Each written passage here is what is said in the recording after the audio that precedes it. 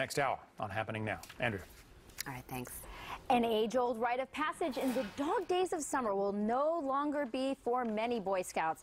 The national organization announcing a ban on water gun fights and a limit on the size of water balloons at their summer camps. The Scouts saying the idea of pointing even a play gun at someone is not, quote, kind. The change not sitting well with many commenters on the Scouting Magazine blog, one writing, quote, what a load of politically correct bleep. Mike. Yeah. All right. So if we keep emasculating our boys and not letting boys be boys, you have 3 of them yourself, how are we going to raise the next generation of hardcore CIA operatives, Navy SEALs? You know, first of all, that was a very nice unloaded question.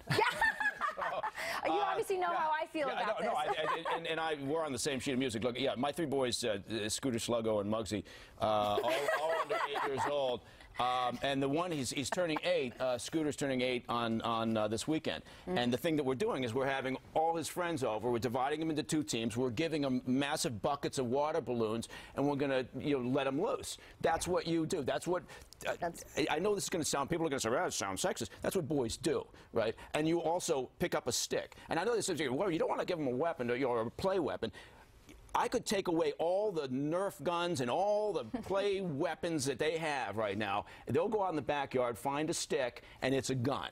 And so I'm sorry if that upsets some people. I'm not stopping that. And the fact that the Boy Scouts are bowing to this and saying, well, we don't, it's again, it's the emasculation concept. Yeah, it's like the feminization of boys. Yeah. I mean, someone save the super soakers to the moms of boys on the other side of the couch. So they're allowing the water balloons, but only water balloons the size of ping pong balls. Yeah. Is that possible? First of all, I mean, if you play ping pong, to tie a water balloon at any size.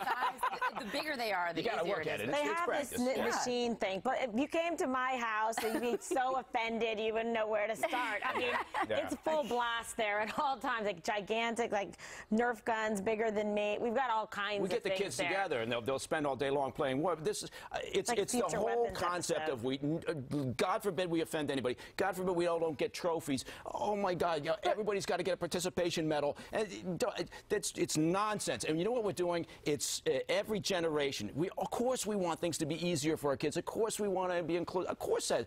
But wussification. The wussification. Yeah, exactly. Thank you. That was the word I was searching for. Can I tell you? I speak to the single women. I mean, I do think culture matters, and I think what we're seeing is I notice a lot of single women frustrated with what I call basement boys, guys who just, play video games, and they're not the kind of tough, cool.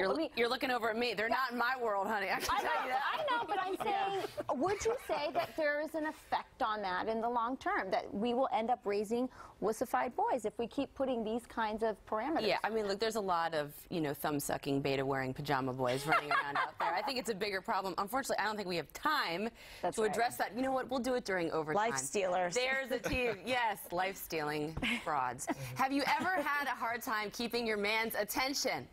Oh, this is going to be good. So when do you need to have a serious talk with him? We will tell you the time of day that men say that they're really ready to listen. No.